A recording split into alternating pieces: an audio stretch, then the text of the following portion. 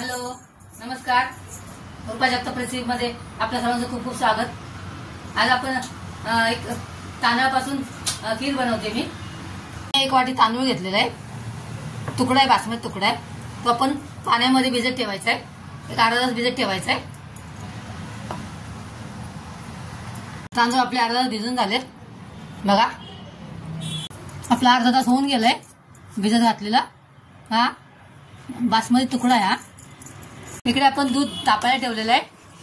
त्यामध्ये आपण हे सगळे तांदूळ टाकायचे आहेत. त्यामध्ये तांदूळ ऍड केलेले आहेत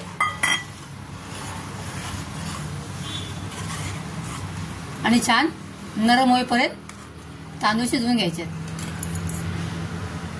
15 ते 20 मिनिटं झालेली आहेत आणि हे खूप सुंदर अशी तांदूळ शिजवून झालेले आहेत आणि अशी घट्टसर दाटसर असं खीर झालेली आहे आपली. फुल क्रीम वालं दूध घेतलेलं मी, ते त्यामुळे छान दाटसरपणा आलाय. आता साखर टाकायचे. 5-6 चमचे आहे ते साखर. 5-6 चमचे साखर आहे ते आपण त्यात टाकायचे. त्यामध्ये अर्धा चमचा वेलची पावडर टाकायचे.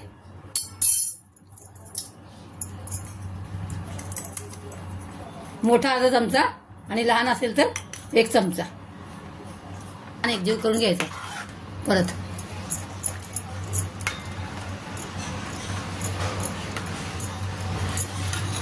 आणि आपले काजू आणि बदामाचे काप आहेत, क्रश केलेले आहेत थोडेसे, ते आपण त्यामध्ये ऍड करायचे आहेत.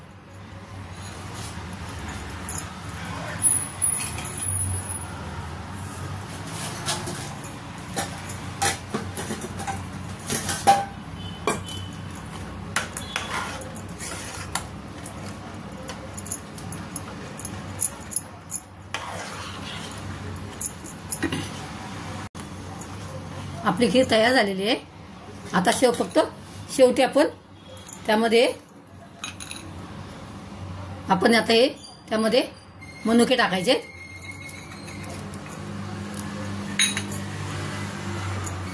सावळे पण टाकतात आता मी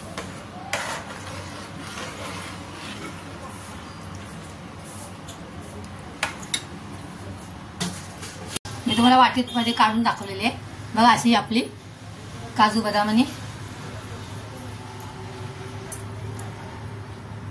बघा आपली अशी बासमती तांदळाची खीर तयार आहे.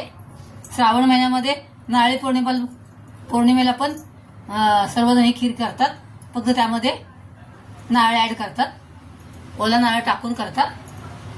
पण मी आज अशीच केली आहे, फक्त दुधामध्ये. ही तुम्हाला खीर आवडली असल्यास लाईक आणि सबस्क्राईब करा. परत भेटूया एका नवीन रेसिपीसह. तोपर्यंत बाय. Thanks for watching. मस्त खा आणि स्वस्त राहा. अशी माझी खिरीची रेसिपी तुम्हाला आवडली असेल लाईक आणि सबस्क्राईब करा.